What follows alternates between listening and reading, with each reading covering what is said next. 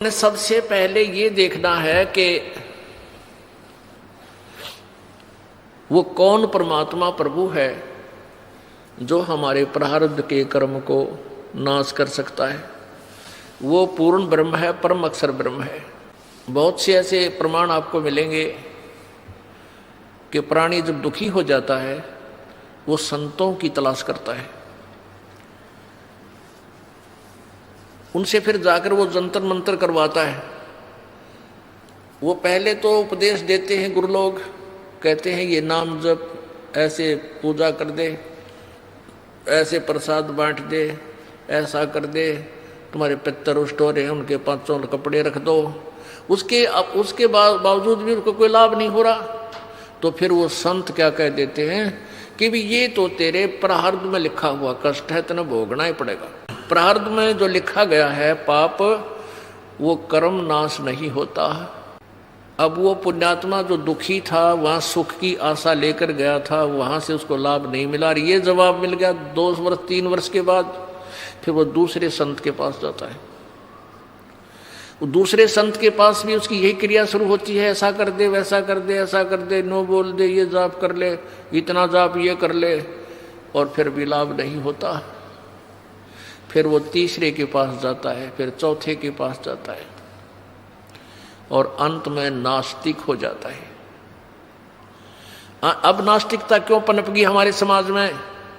क्योंकि परमात्मा कबीर जी ने जब प्रथम बार सतयुग में इस काल के लोक में आए थे, उस समय इस काल से वार्ता हुई थी। तो काल ने क्या कहा था? काल ने जब देखा, इस काल भगवान ने जब देखा परमात्मा वहां खड़े थे उन जीवों के पास जहां तपस्या के ऊपर भूने जा रहे थे, तो परमेश्वर कबीर देव जी ने अपने पुत्र जोगजीत का रूप बना रखा था। तो इस काल भगवान ने सोचा ये मेरा भाई है जोगजीत, और यो मेरे लोक में क्यों आया? इसने वहां से तो मुझे निकाल दिया था, 21 ब्रह्मांडों समेत सतलोक से मुझे बाहर फेंक दिया था। मैंने बहुत हाथ जोड़े थे, प्रार्थना की थी, इसने सुनी नहीं मेरी। तो काल भगवान एकदम भयंकर रूप धारण करके, ये काल ज्योति निरंजन ब्रह्म, और जोगजीत से कहने लगा कि जोगजीत आज तू मेरे लोक में क्यों आ गया? वहां से तो तूने मुझे मार भगाया था, तूने मेरी एक नहीं सुनी, अब मैं तुझे जान से मारूंगा, अब तुझे मैं खत्म करूंगा, तेरी पिटाई करूंगा। पहले तो मुझे ये बता तू आया किस लिए है? पिताजी का कोई आदेश है वो मुझे बता, क्या संदेश भेजा है परमात्मा ने, और फिर मैं तेरी कुटाई करूंगा। जोगजीत रूप में परमेश्वर कबीर जी ने कहा कि बात सुन ले ज्योति निरंजन, मैं परमात्मा के आदेश से यहाँ आया हूँ, और तूने इन प्यारी आत्माओं को धोखा देकर यहाँ पर लाया तू, और के जुल्म कर रखा इनके ऊपर, तपस्या पर भून रहा है। उसके बाद कोई गधा बना रखा, कोई गधी बना रखी, कोई कुत्ता बना रखा, कोई कुतिया बना रखी, किसी टांग टूट गई। मनुष्य है तो किसी का बेटा मर गया, किसी की बेटी मर गई, कोई अंधा हो गया। ऐसे जुल्म करता है तू, और मेरे को परमात्मा ने भेजा है कि मैं नीचे जाऊंगा तेरे लोक में, और तूने परमात्मा की सतिथि से अपरिचित कर दिया सबको, भगवान की सतिथि समाप्त करवा दी। मैं वो ज्ञान, तत्व ज्ञान प्रचार करूंगा, पूर्ण परमात्मा की महिमा बताऊंगा, और ये बताऊंगा कि ये काल है जिसकी तुम पूजा करते हो, ये ब्रह्मा विष्णु महेश का पिता ये काल है, ये तुम्हें खाता है, तुम्हें अपने खाने के लिए यहाँ रोक रखा है। ये सारी कहानी बता कर आऊंगा, और उनको सच्चा नाम दे करके भक्ति करवा के वापस सतलोक ले जाऊंगा। इतनी बात सुन के अब क्रोधित हो गया, उसका बाग उजड़ता दिखा इस काल ने, मेरा तो नाश करेगा यू। जब इसने नीचे सच्ची बता दी तो मेरे पास कौन रहेगा, सब भाग जाएंगे। इस उद्देश्य से उसने सोचा कि इस जोगजीत की टिटवी दाब दूं, इसको खत्म करूंगा एकदम भयंकर होकर के। परमात्मा कबीर जी कहते धर्मदास अपनी प्यारी आत्मा को कि ऐसे भयंकर होकर ये काल मेरे ऊपर झपट्या, और धर्मदास मैंने श्वास का सिमरण, वो सतनाम का सिमरण शुरू कर दिया, श्वास उश्वास से। अब पुण्यात्माओं परमात्मा ने ना तो श्वास के सिमरण की जरूरत थी और काल उसका क्या बिगाड़ सकता है, लेकिन वो हमें याद दिलाते हैं ये रिहर्सल करके, प्रैक्टिकल करके, कि जब भी आपके ऊपर कोई आपत्ति आवे किसी भी प्रकार की, आप इस सच्चे नाम का, सतनाम का, श्वास वाले मंत्र का जाप शुरू कर देना। चाहे आपने कोई राक्षस दिखाई दे, कोई भयंकर कोई प्राणी आपके पीछे लग जाए या कोई हानि पहुंचाने की चेष्टा करे, आप करके देखना। तो परमात्मा हमें याद दिलाते हैं कि आप ऐसे करना किसी आपत्ति के समय। तो कहते हैं धर्मदास, मैंने सांस का सिमरण शुरू किया और काल उस सिमरण के प्रभाव से इतना कंडम हो गया, वो असहाय हो गया और ऐसे गिरा वहां से जमीन पर जैसे पक्षी की पांख कट जाया करे, पड़ा पड़ा फड़फड़ाता है, उड़ नहीं सकता। तो उसने देख लिया, काल भगवान ने देख लिया कि जोगजीत के पास बहुत प्रबल शक्ति युक्त मंत्र है और मेरी इसके ऊपर दाल गलेगी नहीं। तो चापलूसी का तरीका अपनाया, पैर पकड़ दिए, घिसड़ पिसड़ के नीचे आके जोगजीत के दोनों पैर पकड़ दिए। बोले, कहने लगा तू मेरा बड़ा भाई, मैं तेरा छोटा भाई। क्योंकि जोगजीत, सहजदास, अचिंत, तेज, ज्ञानी ये पहले परमात्मा ने उत्पन्न किए थे। अचिंत के बाद फिर अक्षर पुरुष उस अचिंत ने किया, उत्पन्न किया, और ज्योति निरंजन को परमात्मा ने बाद में उत्पन्न किया, इसलिए छोटा है सबसे, 17वां है ये। तो उसने कहा कि तू मेरा बड़ा भाई, काल बोलता है जोगजीत को, मैं तेरा छोटा भाई। और छोटे बच्चे तो उत्पात करते हैं और बड़े अक्षमा किया करते हैं। आप मुझे बालक नादान समझकर माफ कर दो, मैंने गलती से आपके साथ ढिठाई कर दी। और पैर पकड़ कर रोने लग गया। परमात्मा बोले ठीक है, मैंने माफ कर दिया। कहने लगा नहीं, आप तो परमात्मा के आप परमेश्वर के पास से आए हो, आपके पास उनकी पावर है, आप उनके रिप्रेजेंटेटिव हो, मुझे कुछ सुविधा दे दो, मेरे लोक में असुविधा बहुत है। परमात्मा बोले बोल क्या मांगता है? ऐसे नहीं, वचनबद्ध हो जाओ प्रभु।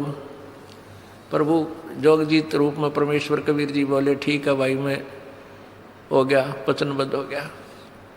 बोल क्या मांगता है? कि 3 युगों में जीव थोड़े ले जाना, सतयुग, त्रेता, द्वापर में थोड़े जीवों को पार करना, और चौथे युग कलयुग में आप जो कितने ले जाना, इतनी दया कर दो, ये वरदान मुझे दे दो। परमात्मा बोले भाई तथास्तु, ठीक है, सतयुग, त्रेता, द्वापर में मैं बहुत कम जीवों को ले जाऊंगा, और कलयुग में अब तेरा वचन है ये, फिर मत जाना कदे बकवाद करे फिर गढ़ूतन है। कलयुग में फिर अपने जीवों को मैं कितने ले जाऊं? हाँ जी, पर एक और करना, जो आपके ज्ञान को सुनकर आप उस ज्ञान आधार से आपके साथ लगे, आपके और हमारे ज्ञान से हमारे पास रहें, उनके साथ आप बाई फोर्स ना ले जाना, अपना ज्ञान समझा के ले जाना। आपके ज्ञान को मान के आपके साथ लगे, उन्हीं को ले जाना, और जो आपका ज्ञान स्वीकार ना करें, जबरदस्ती ना करियो भगवान।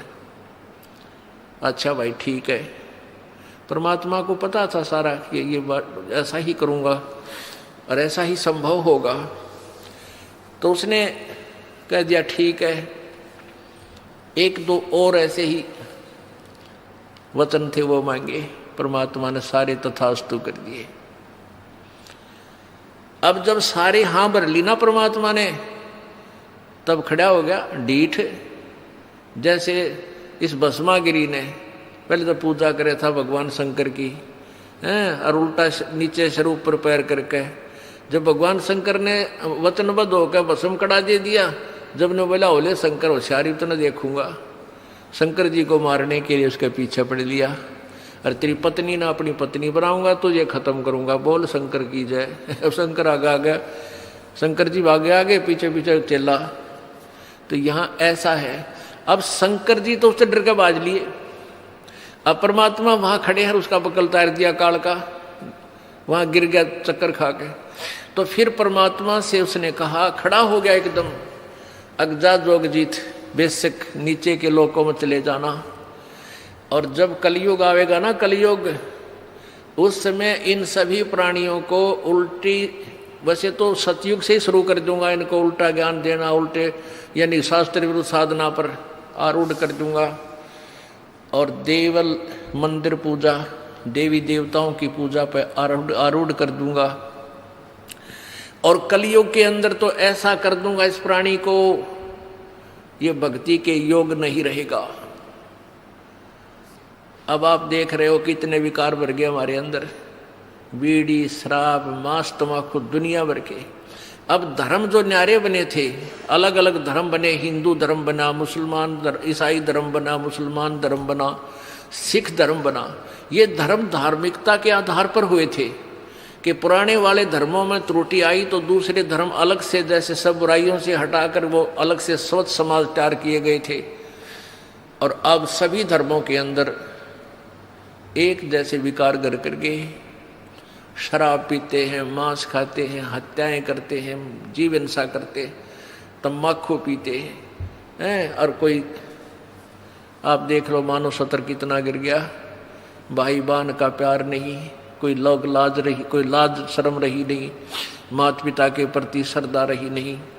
और भक्ति सभी शास्त्र विरुद्ध कर रहे हैं। तो परमात्मा, अब यहाँ एक शंका उत्पन्न होती है कि भाई परमात्मा तो अंतर्यामी थे कबीर जी, और उन्होंने ही तो श्राप दे दिया इसको 1 लाख मानव शरीरधारी शरीर जीव खाने का, तो वहां से गलती तो भगवान ने ही की है। कुछ ऐसे प्रश्न करते हैं अनजान व्यक्ति, शुरू में ऐसी शंकाएं उत्पन्न होती हैं।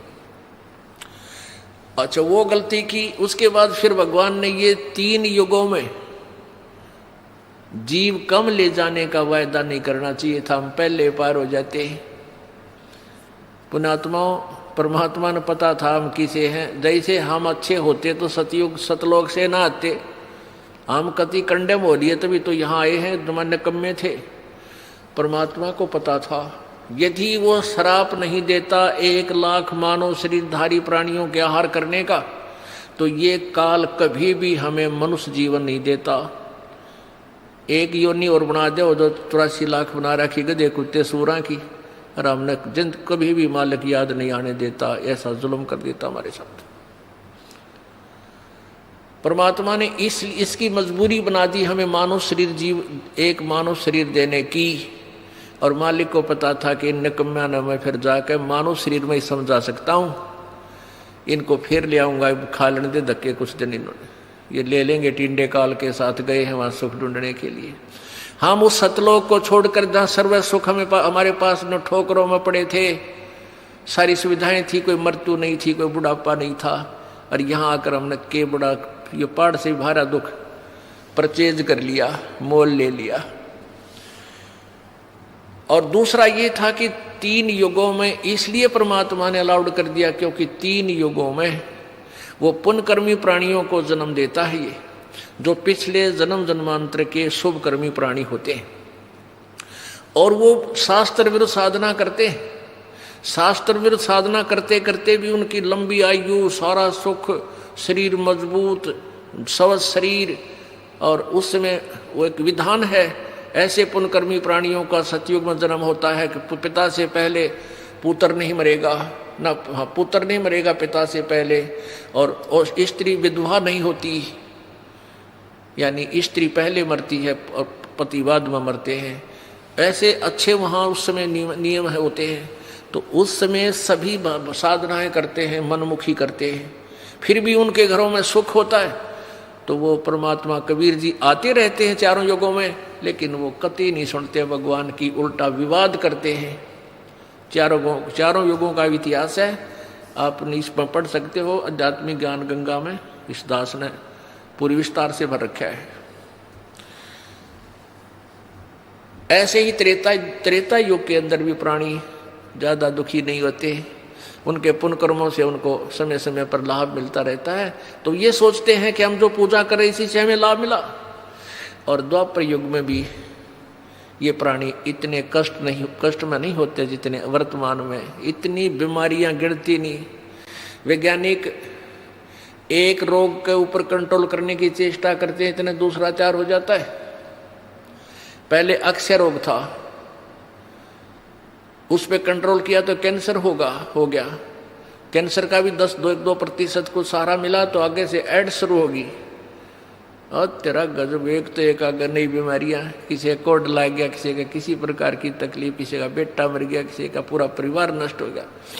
अब कलयुग में इसलिए परमात्मा ने कहा था कि मैं अपने बच्चों को कलयुग में संभालूंगा,